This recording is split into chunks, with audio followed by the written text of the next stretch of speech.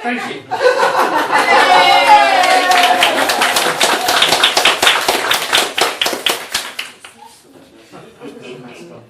Anatomically, vaguely, that's probably the most anatomically accurate stuff we'll observe here the mantle, delightful siphon, and there are some bits and pieces. I was going to fuck that. Hello. Hi. My name's Al. I'm really talking about octopuses today, and I will address that plural any minute now. So I'm just going to kick off. That way I don't have to keep doing stumbling over an introduction thing, don't I? Fantastic. Okay, so octopuses, right? We've got trickster, we've got leviathan, we've got predator, hermit, explorer, lockpicker, maze negotiator, playmate, escape artist, clown, hunter, glutton. The octopus is many things. The octopus totem is an exoticist, and for that reason I apologise immediately, profusely and continually for the mangling of various words from languages I don't speak that I'm going to try and relate to you. I profoundly apologise if I'm getting any of these even vaguely wrong. So, the disclaimer on nomenclature. To quote Angie Kiefer's An Octopus in Plan View. Octopus. The word migrated to English in the late 1700s by way of New Latin, or Neo-Latin as it is sometimes called, and which means the same thing but with a Greek prefix, which is like saying new in an antiquated way. A product of movable type, New Latin evolved as a living tongue between the invention of the printing press and the beginning of the 20th century, when it was embalmed and shelved once more, which is a theme we'll return to. This was Latin resuscitated as the international language of scientific taxonomy. According to the tidy rules of Latin declension, the New Latin plural octopus would be octopi. Fine. But according to the Oxford English Dictionary, a foreign word that enters the English fray must be treated like an English word and duly adhere to the untidy rules of English declension, in which case the plural of octopus would be octopuses, with an anglicised tail. Okay, octopuses, also fine. However, the correct primary plural, per today's revised OED, is not octopuses, but in fact a word you've probably never heard of unless you speak Greek, octopodes. In summary, both are used today to indicate more than one octopus, which, given their solitary nature, is very rare anyway. Neither word is properly Greek, or Latin, or incorrect, while the ultra-correct octopodes is used solely in accounts of its own disuse. I mean, we can talk about what constitutes language in terms of its use and those kinds of things, but the point I'm trying to highlight with these issues is that as early as possible in looking at these things, the inherent evasive strangeness of them is apparent. They are, especially in the face of strict rules of grammar and scientific taxonomy, weird. And that's partly where I want to kick off, and why I think they're so fascinating. So I want to talk very briefly about their biology and what they mean as a totem, I guess, in the broadest sense, what lessons we can draw from them as a sort of living mandala. The octopus has outgrown bones. It's shrugged off the rigid skeletal structure. It's evolved beyond the skeleton in favour of flow, the boneless majesty that dwells in the oceans of earth, crowned in the vestigial remnants of a skull, this little tiny bit of skull that remains as a shell, a yarmulke of husk passed down for generations of family tradition, carried inside now their mantle mouths under a barbed tongue. The octopus has 3 hearts, one for each lung and one for luck, apparently, which is one more than a Time Lord. They're seats of joy, of curiosity, and of knowledge. The octopus is the only animal in an aquarium given toys. They're smart enough to be bored by captivity. One of the arms of the male octopus is no mere arm, but tittered in psephologists' conferences as the hectocotylus. It is involved in reproduction. It is all very mysterious and private. The octopus is the bearer of suction cups seemingly innumerable, in the angelical sobritalho of Cornpo, whose cups none hath yet numbered. These cups bear chemoreceptors that are so sensitive that they taste everything that they touch. They are essentially made of tongue. I would put forward that this is a particularly sensuous totem we're dealing with in many ways. They are squishy as infinity itself, mercurial through cracks and openings, rippling out into manifest portal crossings. They are slippery customers indeed. The eating habits of the octopus are the stuff of urban and, it turns out, antiquity legend. I'll come back to that. An octopus mother lays around 200,000 rice grain eggs, a harvest of precious crop babies. She nurtures to the cost of her own sleep and food and eventually life, eventually dying to secure futures. An octopus father simply dies a few months after sex.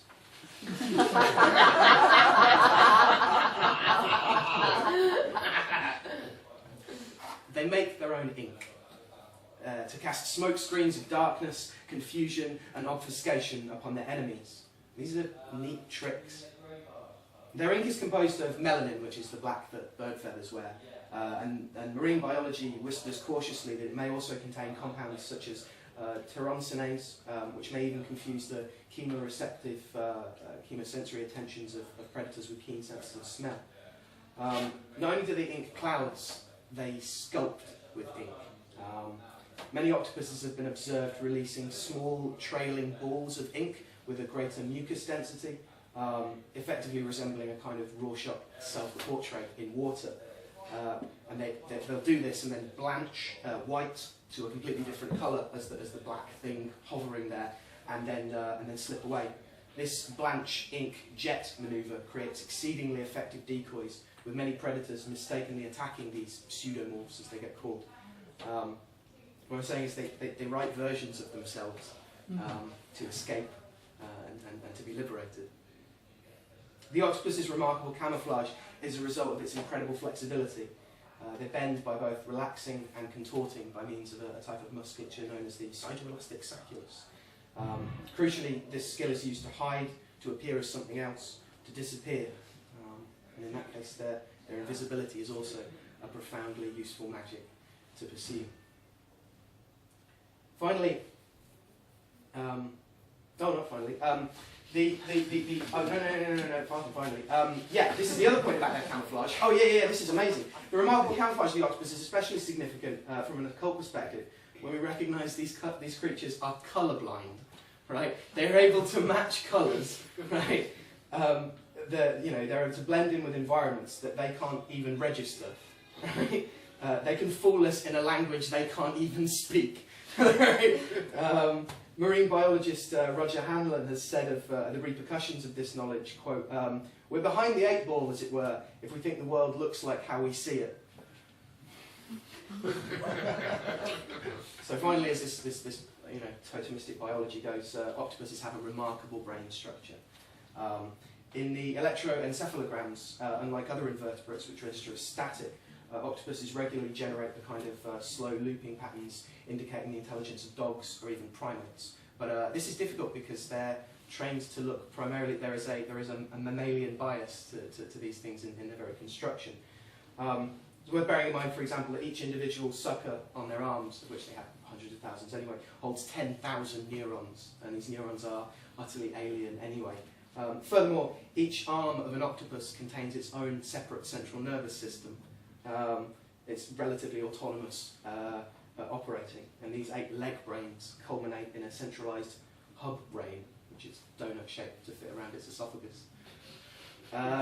Eugene Linden, in his The Octopus and the Orangutan, suggests, quote, "Some scientists think it's only possible to teach one octopus arm a behaviour, and the other must also be taught individually, each arm individually." There are also occult philosophical implications in terms of the reflection of microcosm and macrocosm, and also of the old idea of the homunculus of human consciousness, meaning that if an octopus has 1 hub brain and 8 leg brains, like the homunculus, an octopus brain resembles a tiny octopus. So I wanted to talk briefly about give us a sort of potted history of how the octopus turns up, and also when you're into the mythic qualities of it, you're having to deal with the Kraken. Lucky us. This, I'm going to try and run through this relatively quickly, but there's a lot of it that's fascinating. Tentacled denizens of the deep surface and disappear throughout history as testaments to the wide and barely glimpsed mysteries of the unknown. They rise and sink throughout mythic, cultural and zoological records alike, at once erupting to briefly reveal a world stranger than thought believable, before melting into depths of legend, memory and experience. They are tales told through the circular scars upon the backs of whales, missing fish in aquaria across the world, of mollusk intelligence. The inextricably intertwined myth and history of the octopus and the kraken is a writhing mass of shifting notions of evidence and report, of sailors' stories and lost vessels, of anxiety and the uncanny, of glimpses of cyclopean strangeness, and of stretching to shake, slithering appendages with the alien other. So we might well begin with a sort of primordial opening gambit, roughly 95 million years ago.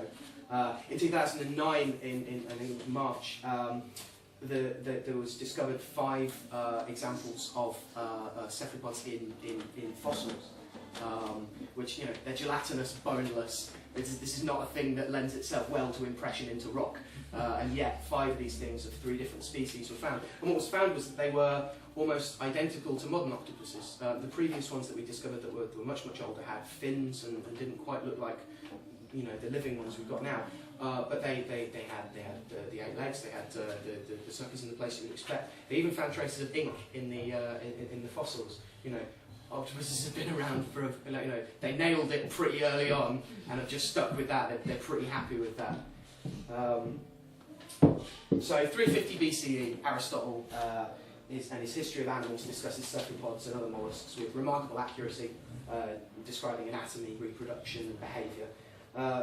13th century, here we start. The Orvar Oder features discussion of the Hafgufa, or sea mist, the greatest monster occurring in the water. It is its nature that it swallows both men and ships and whales and everything that it can reach. And it's here, at this point, there's still a sense of these gigantic creatures vaguely bearing a resemblance to the kind of monsters that are island stories, where, you know, the sailor turns up and the thing, and the sea mist is its breath. And also see this sort of foul smell thing is a consistent feature. So, circa 1250 we get the Kunugs Skunzia. This is an old Norwegian scientific work describing biology and feeding habits of the Hafgufa, and it's posited at this point that only 2 existed, and they were sterile and immortal. In 1555, Archbishop of Uppsala, Olaus Magnus, writes his history of the northern nations, and he refers to monstrous fish on the coasts or sea of Norway. Their forms horrible, their heads square, all set with prickles. They have sharp and long horns about like a tree rooted up by its roots. The teuthologist Frank W. Lane mentions that one early meaning of the word kraka, where we get the definitive form of kraken from, is indeed a stunted tree. We'll return to that later as well. So skip forward a little bit now to 1735, Carl Linnaeus' first edition of Systema Naturae comes out. He's a Swedish botanist and physician and zoologist, and he labels the kraken a cephalopod, dubbing it Microcosmos marinus. Interestingly, as expanded and edited editions of the work were taken up as the benchmark of properly scientific zoological taxonomy, the creatures are excised from these later editions. The word kraken, in its relatively modern usage, surfaces somewhat mysteriously from Swedish and Norwegian around the mid-18th century at this point. I mean, it's in use before, but the real meaning of what we describe now as the kraken is from, yes, this mid-18th century. It signifies the definitive form of kraka, a word which shares roots in the English of like crank and crook and crooked, describing something twisted and by extension unhealthy or uncanny. In 1752 to 53, Erik Pontoppidan, the Bishop of Bergen, publishes his Natural History of Norway, with sections referring to the kraken. He gives us perhaps the first kind of accounts of them washing up onto shore. He talks about this young and foolish cracker coming up and is found, you know, dead on the shore. Then in 1802 to 1805, French malacologist, you know, someone that studies mollusks, obviously, Pierre Denis de Montfort publishes his 6-volume Encyclopedia of Mollusks. As you do, as you do, if you're that kind of academic. He recognises 2 kinds of kraken in there, but it's Montfort who gets the real hatchet job in the historiography that we see coming out there. It's him and his very trusting accounts of various sailors telling him, oh yeah, I definitely saw this kraken, that's why I was 2 weeks late to port and this kind of thing. And it's him that's most blamed for confusing fact and fiction and of mythologising the animal to a sort of monstrous legend status, which prompts many scientists and natural historians, right at the start of the 19th century, to utterly dismiss any kind of giant squid or giant cephalopod sightings utterly, to completely discount this history that's already been emerging. In 1830, a 21-year-old Alfred Tennyson writes a certain irregular song called The Kraken. More of that later, but Tennyson's poem has been argued by Robert M. Price to have influenced a particular later horror writer to spin his own mythos concerning another vast and terrifying creature sleeping beneath the waves. Around the 19th century, the mid-19th century, 2 men in particular, Japetus Seenstrup in Denmark and Pieter Harding in Holland, begin this revisionist counter-case against the general scientific dismissal of gigantic cephalopods. Frank Lane describes how they, quote, re-examined some of their remains, and this is Lovecraftian in itself, I think. They re-examined some of their remains, preserved and long forgotten in museums. Their studies showed that there was evidence of the occasional capture or stranding of large cephalopods from the middle of the 16th century to contemporary times. Moreover, the spirit vaults and bottle departments of great museums had long preserved physical evidence of the kraken's existence. In the basement of the British Museum of Natural History in London, there was, at this time, a large glass jar containing one of the arms of a giant cephalopod of unknown origin. The arm was 9 foot long and 11 inches in circumference at the base, and bore some 300 suckers. So at the same time this dismissal is going on, people are finding all this evidence in museums, not even washing up. We've already found it and collected it and put it somewhere to be thought about later. Probably, maybe, don't. So 1861, the French warship the Elector, which is a steam dispatch boat, encountered a huge cephalopod off the Canary Islands. There are some extracts from the report of the 3-hour-long incident from Commanding Officer Lieutenant Frederick Marie Boer to the Minister of Maritime, and later read to the zoological section of the Academy of Sciences in Paris. I'm going to read you the start, but the whole thing's amazing. But this is a quote. My voyage was marked by a peculiar incident. On the 30th of November, 40 leagues northeast of Tenerife, at 2 o'clock in the afternoon, I came upon a monstrous creature which I recognised as the giant octopus, the disputed existence of which seems to have been relegated to the realms of fable. Finding myself in the presence of one of those strange creatures which the ocean brings forth at times from its depths as if to challenge science, I resolved to study it more closely and to try to catch it. Which he tries to do. It's not terribly successful. They launch about 10 harpoons into the thing, and it's still, it's still writhing about, and it's not happy. And they bring up chunks of it, and it's not a pleasant story. But he says they get enough, they see it closely enough and for long enough that they get an exact coloured drawing of it. And it looks to be some kind of giant squid, but not one that they've had before. And a lot of the men are determined that, if it's this weird, we're going to definitely get it on board. And he decides at the end, no, because I did not think it my duty to endanger the life of my men to satisfy this feeling of curiosity, though this curiosity was based upon science. And in spite of the heat which accompanies such a chase, I had to abandon the mutilated animal. Yeah, exactly. 1866 sees Victor Hugo's Toilers of the Sea. This features a battle with the protagonist, Gilliatt, as he battles an octopus or a devilfish. And Hugo's still kind of trading on this idea that they might be a little bit cryptozoological. But one of the things it does is, as Hugo biographer André Maurice points out, it quite made the octopus the talk of the day in France, with beautiful octopus featuring ladies' hats becoming popular. Hugo's wife, Adele, writing from Paris to her sister Julie, claims, everything here has become octopusy. 1870, Jules Verne's 20,000 Leagues Under the Sea is also thought to have been directly influenced by the sea battle of the Electon, and a similarly monstrous antagonist beast, but in this protagonist beast, but this time a collection of them, which is interesting. This is 1870, bear in mind. Right. October 26, 1873. Two fishermen, Theophilus Pico and Daniel Squires, along with Pico's 12-year-old son Tom, were attacked by a giant cephalopod while fishing for herring off Portugal Cove in Newfoundland. The story goes that the young Tom fended off the attacks by severing an arm and a tentacle, bringing the limbs back to shore as trophies. As it turns out, the local priest, Reverend Moses Harvey, is this huge natural historian and massive Kraken fan, and so he immediately runs down and pays young Tom for these finds he's got. And his unabated enthusiasm for this thing is evident even 26 years later when he writes the report upon it. It says, I was now the possessor of one of the rarest curiosities in the whole animal kingdom, the veritable tentacle of the hitherto mythical devilfish, about whose existence naturalists have been disputing for centuries. I knew that I held in my hand the key to the great mystery, and that a new chapter would now be added to natural history. It was, however, not until November of that year that Reverend Harvey would receive the incontrovertible proof. Less than a month after the Portugal Cove incident, 4 fishermen in the nearby Logie Bay, who were also after herring, mistakenly dragged up a giant squid. Harvey immediately buys the corpse and has them deliver it to his home and, quote, stowed away in an outbuilding in a huge vat filled with the strongest brine.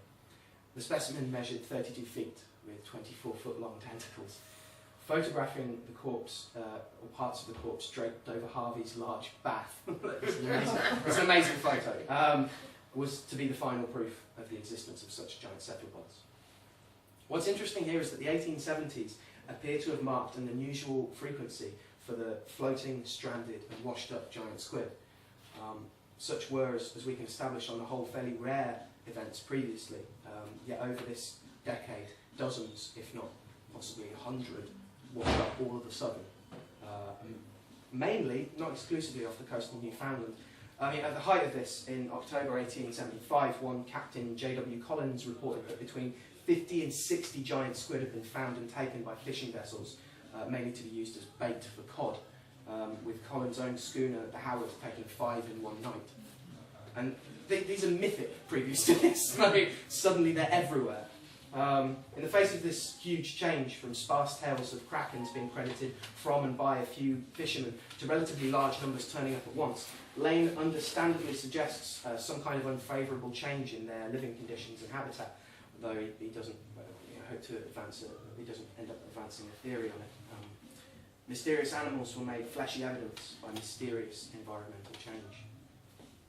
Nor was the 1875 upsurge in kraken encounters limited to Newfoundland. In April of that year, 3 fishermen near Boffin Island on the Connemara coast of Ireland found a squid out in open water, which they attacked for bait. And we have local police sergeant Thomas O'Connor to thank for his forwarding the parts of the squid to the Museum of the Royal Dublin Society. 1875 also saw the publication of Henry Lee's The Octopus, or The Devilfish in Fact and Fiction. Was described as the first general popular book on cephalopods to be published in English. Lee was the naturalist at Brighton Aquarium and had clearly lucked out on the cephalopod zeitgeist of the 1870s. To close off, in December 1879, Addison Emery Verrill, professor of zoology at Yale University, publishes a paper based off observations of a specimen sent to him by Reverend Harvey. In touching academic gratitude and good manners, Verrill named the giant squid Octopus harvii.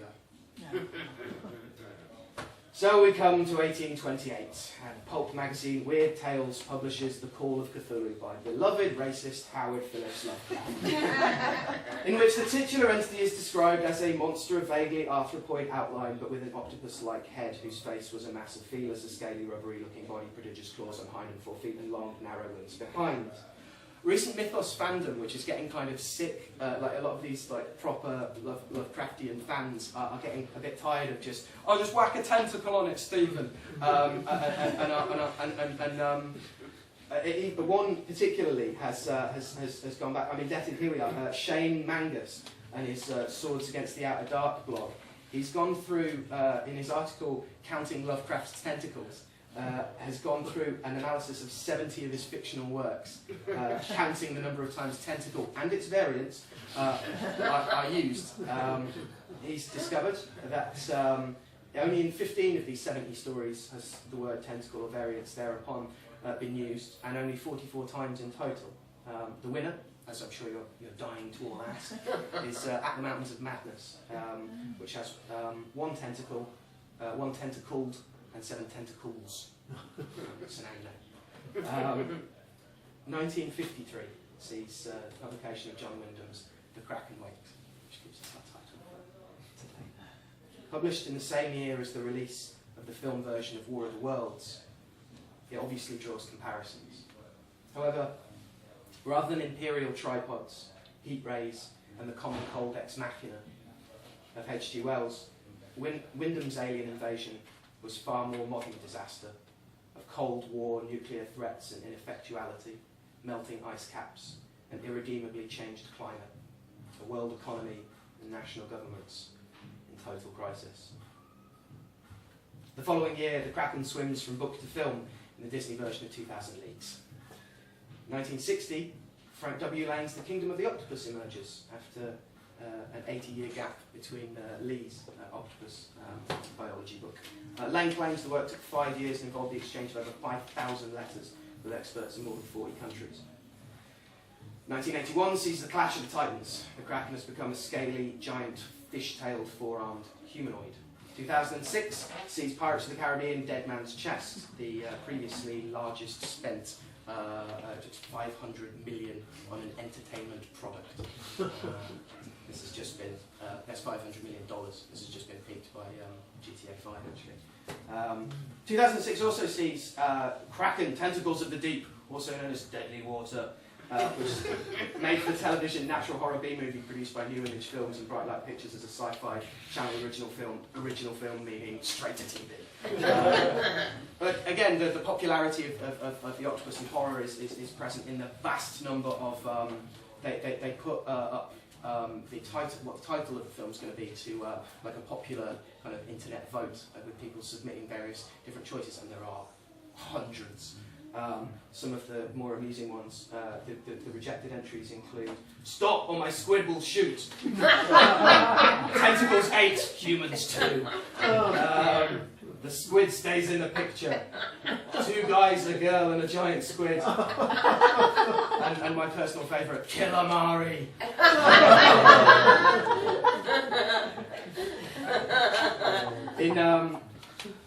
On the 22nd of February 2007, authorities in New Zealand announced the largest known colossal squid had been captured by crew of the vessel San Aspiring.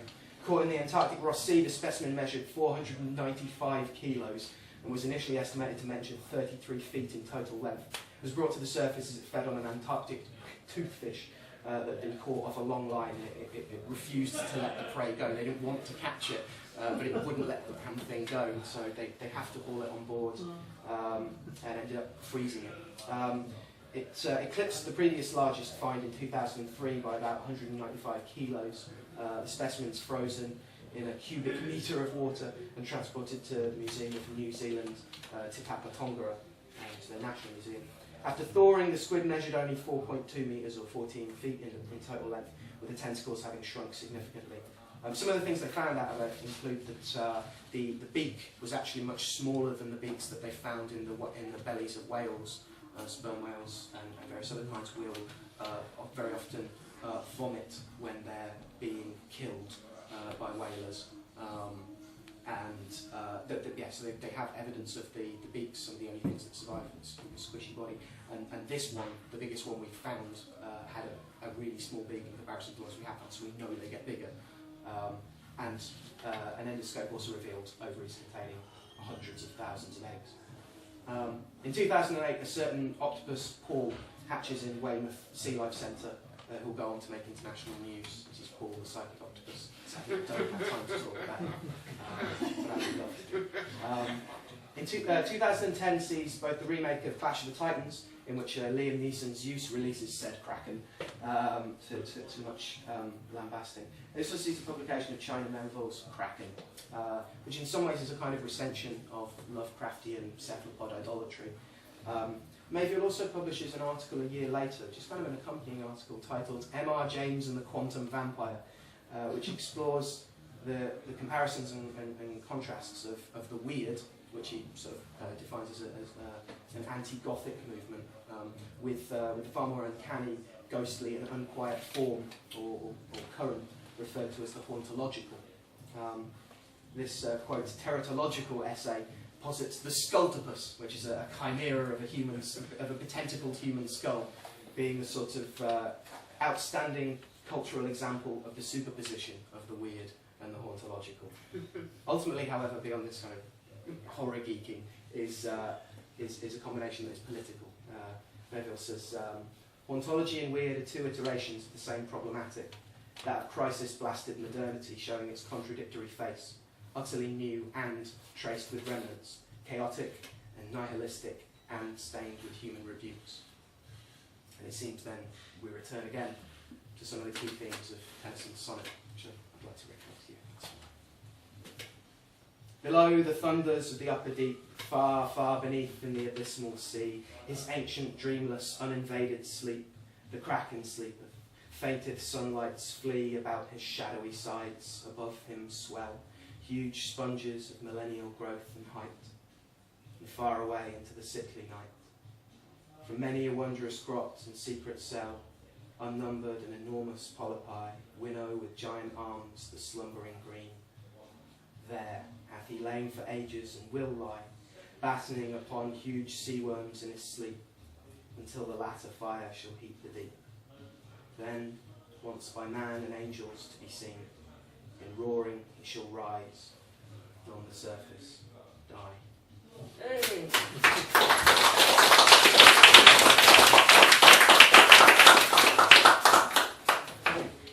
So, a bit of occultism.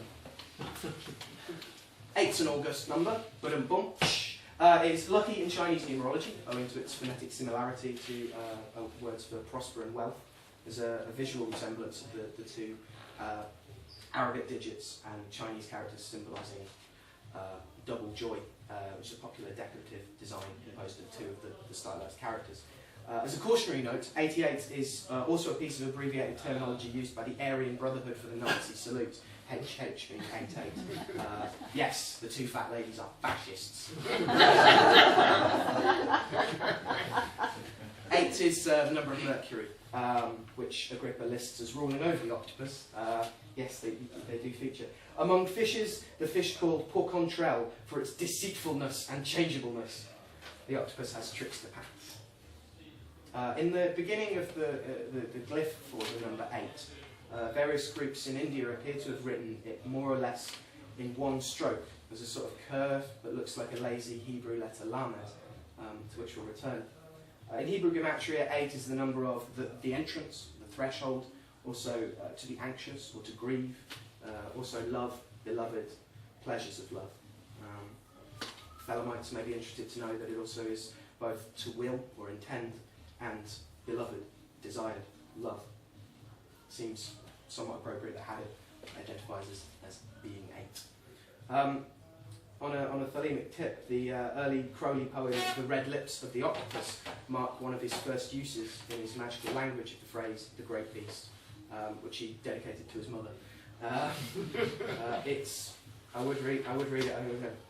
I'm happy to talk about it. It's filthy, as we might expect.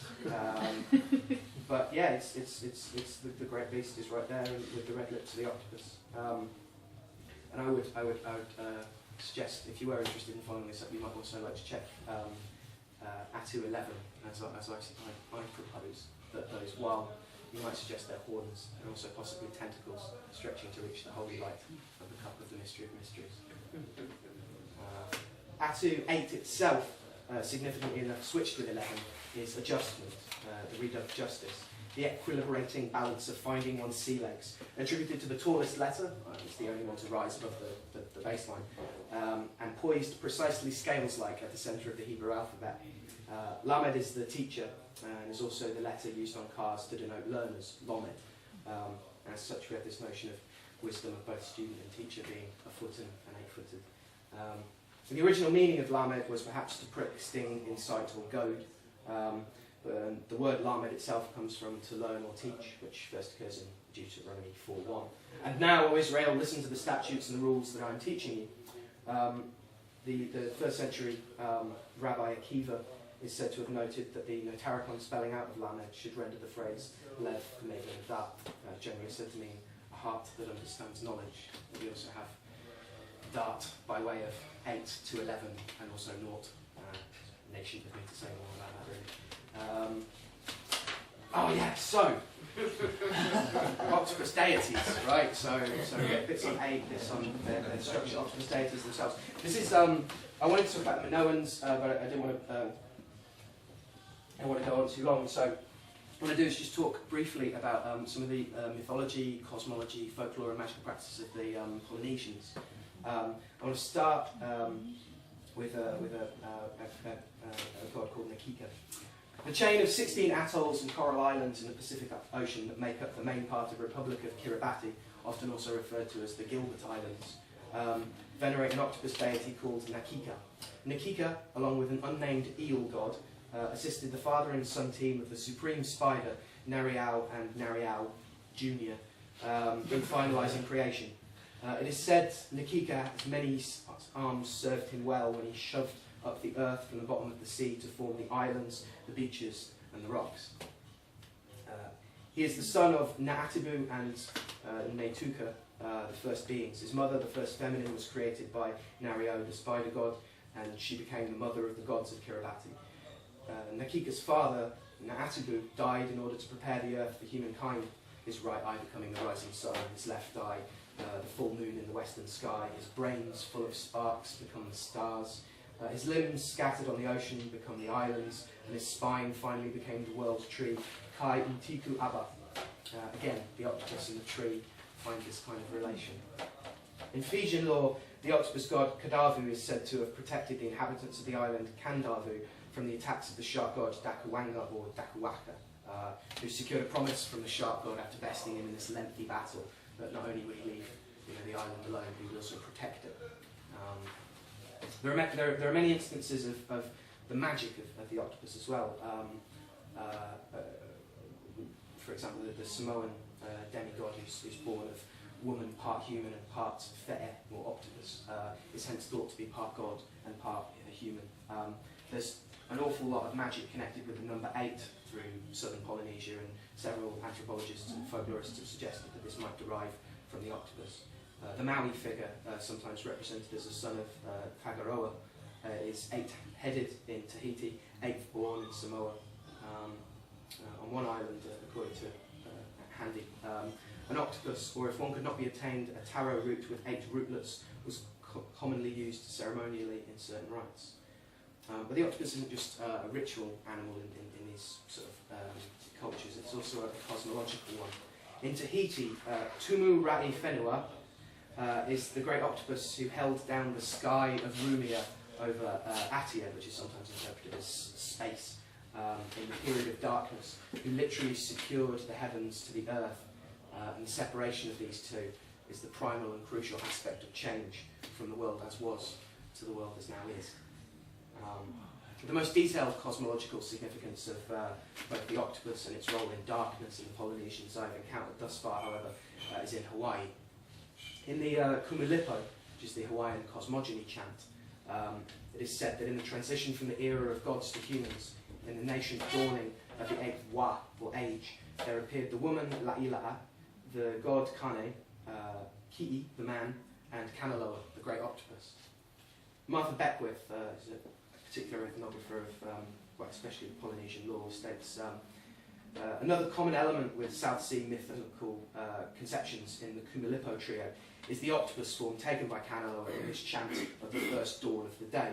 Exactly in agreement is the Tahitian myth of the cutting away of the arms of the octopus Tumu Ra'i Whenua, which can be translated as beginning of heaven and earth itself, or of source of the cloak of peace and happiness of the roof and foundation of roots. And the consequent dawn of light, or Au, after the long wearisome night, Pau. Hitherto gods have been called into being in darkness, now light dawns over earth. In the Kumilipo, spirits of darkness have generated animal and plant life of sea and land, and now generations of mankind people the land. There is a word play made of the previous age as not, quote, darkness slipping away, po ue'e, but instead an octopus supporting in darkness, pau he'e, supporting the first heaven and earth. As Beckwith clarifies, this is not darkness in the physical sense, but applies to the supremacy of the spirit world, the po, as compared to the world of living men, the au. Kanaloa, the cephalopod god, is also occasionally called Kahe'e Hauna Wela, the evil-smelling squid. He is many things. It's found in many body forms, but it's perhaps best honoured in modern Hawaii as the great navigator, the boundless traveller, who stretches forth his avi-avi, his tentacles, into all the lands of the Pacific.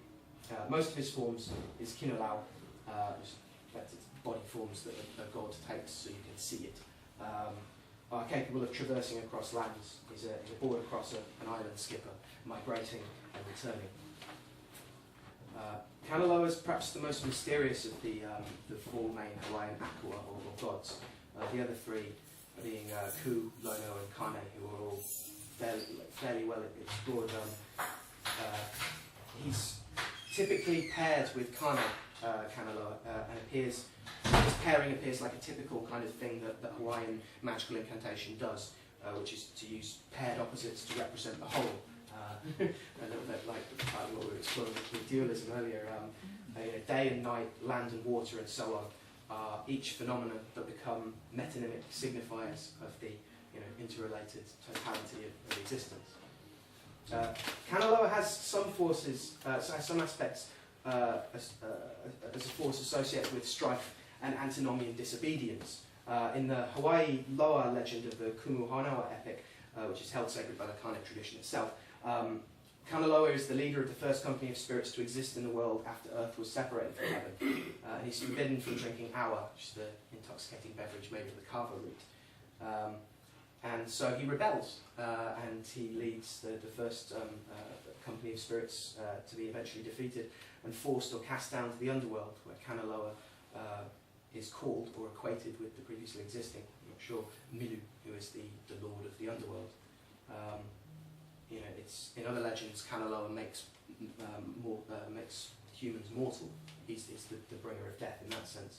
He makes all kinds of poisons. His underworld roots stretch back to the origins of the island of Hawaii itself, spoken of in their creation stories as, quote, fished up from the very depths of Kanaloa.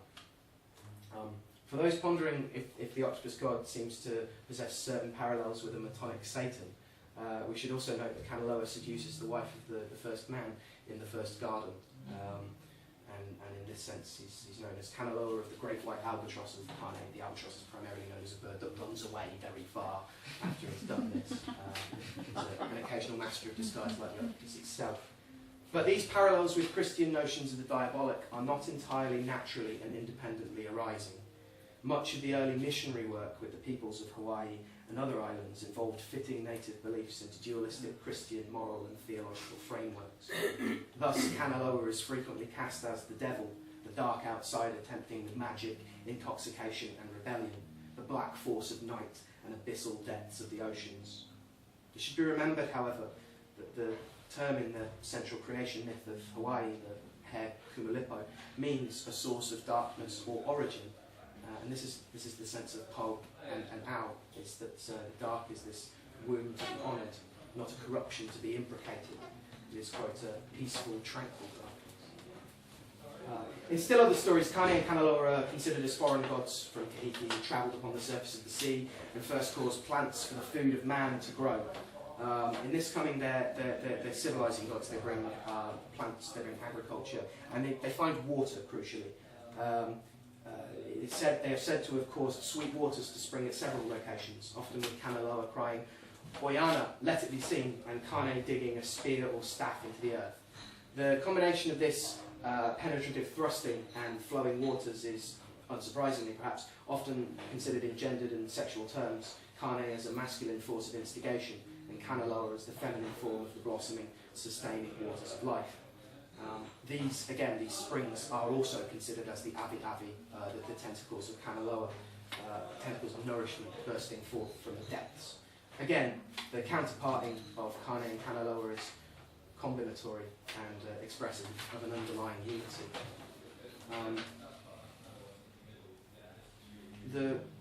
rights, in terms of this kind of their unity in their different things but used for the same thing, the rites of canoe builders in Hawaii are a good example of this. Kane as the deity of the forest is invoked for the soundness of the construction of the canoe, and Kanaloa as the the deity of the waters is for the power over the dangers of sailing. The chant consecrating the canoe uses the epithet Kanaloa, the hour drinker, again representing a position of honour and respect as well as being propitiated. There's one of the forms, one of the kinulau of Kanaloa is a plant called the Alapuloa. I hope. The traditional saying about this plant goes, "Gone to gather it," in the same way we'd say, "Gone on a wild goose chase." And again, we have these kind of trickster paths coming in. The fisherman asked for the protection of Kanaloa, and he and his spirits are also treated as Aumakua, which is a term used to denote a personal or family spirit, or a deified or otherwise elevated ancestor, often manifesting in or as an animal form, or even in and as a particular place.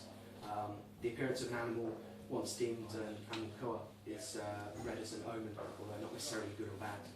There's also this kind of personal guardian aspect to them. Kanaloa is chiefly associated in practical workings with healing as well, and partly it seems through various forms of animal transference involving catching octopus and squid.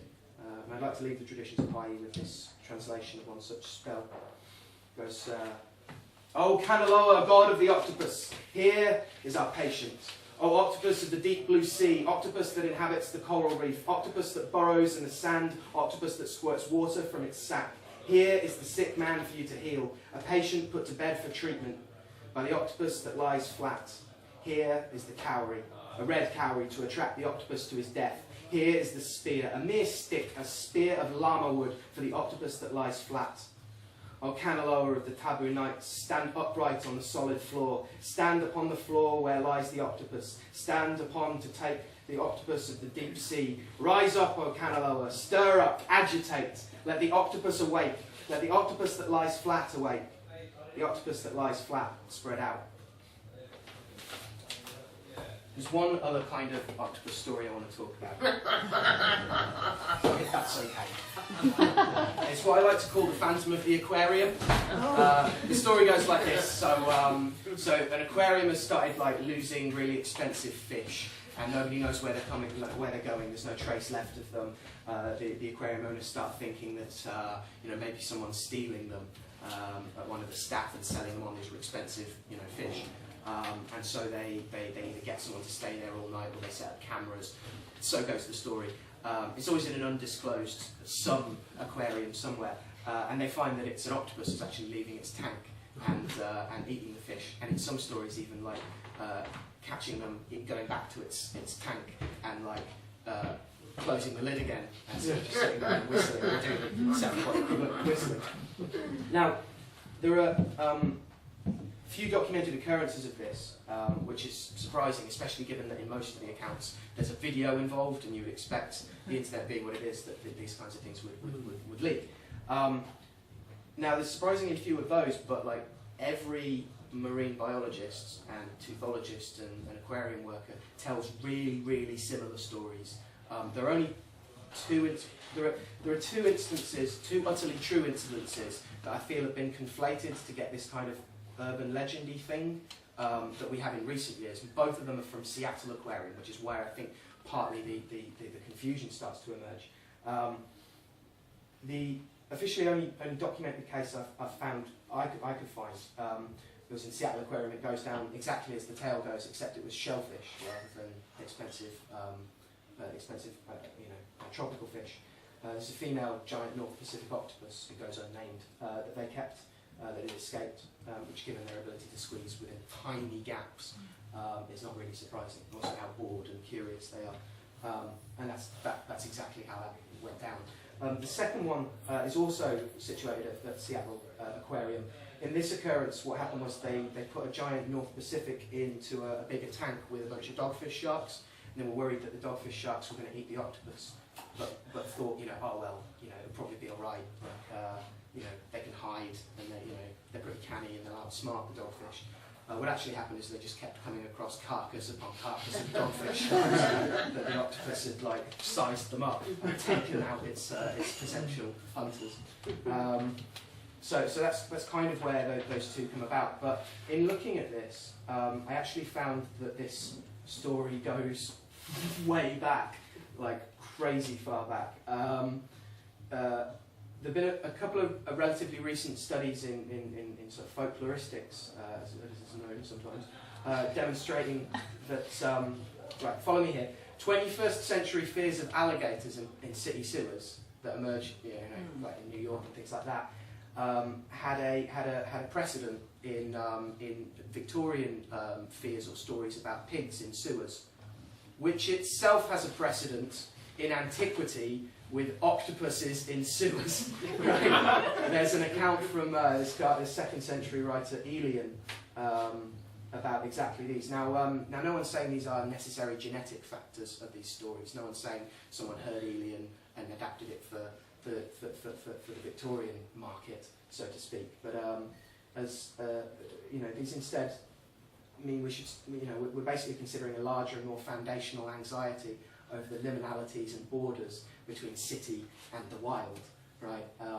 This amazing Finnish folklorist, Camilla Asplund Ingmar, puts it, quote, "The fear of an unknown world sneaking into the city, the apex of human civilization, may be said to be a basic one in many urbanized societies. In ancient legendary, this unknown world was symbolized by octopuses rather than by alligators or pigs." So Ingmar actually compares two accounts, one from Pliny in the early 1st century with Elian in the 2nd century. And she says that the common core of these stories is that the hostile intrusion of the wild beast, an octopus, into the urban environment, in the method of invasion, however, Pliny and Elian part ways. In Elian's version, the octopus emerges from the city's sewers, whereas in Pliny's it descends from the sky as it climbs a tree to get over the fence that they've put up to keep it out. Elian's report is amazing. I'd love to read it in depth, but basically this thing climbs up the sewers of a house lying by the sea where Iberian merchants stored their cargo, pickled fish from that region in stout vessels. And so it threw its tentacles and gripped the earthenware so that the vessels were broken and consumed the pickled fish. Crucially, he says that the octopus itself had become swollen and came to despise and to disdain the food from the sea and its pasture. And so it looks on at human food and goes for that instead. The merchants enter and see the fragments of pottery and don't know what's happened. So they put a servant in to sit there at night to see where their fish is going, find the octopus, and are terrified by it because it's massive. And eventually gather more people for the next night, and then they block up the conduit, others arm themselves against the enemy, and with choppers and sharpened razors cut through the tentacles, as vine dressers and woodcutters lop off the young shoots of an oak. Having cut its strength, they killed it after a time. Not only does this story sound pretty much exactly like the Phantom of the Aquarium, it also emphasises the strength, monstrosity and subterfuge of the octopus. The story, of course, differs in the result. The encroaching beast is killed, reasserting Roman civilization over the untamed wilderness. It's pertinent to totemic understanding that, again, it's likened to the branches of a tree. As Ingmar states, the most basic trait about it is its liminality again. The octopus straddles and transgresses two cultural categories at once. On the one hand, it's a fish, but it's also not a fish. It's demonstrably blurring taxonomic boundaries between marine and terrestrial. It's also significant the appetites of the Elian's octopus transgress the very civilized versus wild thing. It's not only also, almost preternaturally cunning of the octopus for its camouflage and flexibility, but by its actual tastes as well. It's for processed fish that go around the Roman fish stores. It's grown tired of live seafood and hungers for the delicacies of Roman cuisine. As a further thought, the octopus's intelligence, liminality and power is also demonstrated in its advantageous aptitude for navigating the somewhat conceptually paradoxical spaces of Roman sewers themselves. The Roman sewer systems were, of course, filthy, the very place of filth, the cloaca sphere, but they were also symbols, and indeed the very means, of Roman sanitary hygiene. and thereby of advancement, of civilization, and of Roman superiority. To have these underlying channels invaded and conquered by an alien other, striking up from the depths of what is repressed, what is flushed away, what we literally wash our hands of, is to contemplate the uncertainty of a civilization's foundations, is eroded by the very structures it refuses to acknowledge. And so the octopus in this moonlit and rather pungent light is a radical totem. Pliny's account is very similar in terms of the phantom of the aquarium story, but it climbs this tree and descends. And one of the interesting things to note with Aelian, Pliny, and the frequent accounts of octopus emerging from the sea to get at coastal vineyards and fruit trees is that, even as Ingmark even states, that it's transgressing the three Greek worlds of heaven, earth and the sea. It could descend from the trees it so resembled, arise through the very guts of a city, with all its waste, dirt and decay, as easily as it could emerge from the waves. And so it is far darting through all the three worlds. In this sense, it's not just transgressing established cultural categories, but spaces, and reinforcing this liminality, I suppose, really. And so, to conclude, thank you for your time.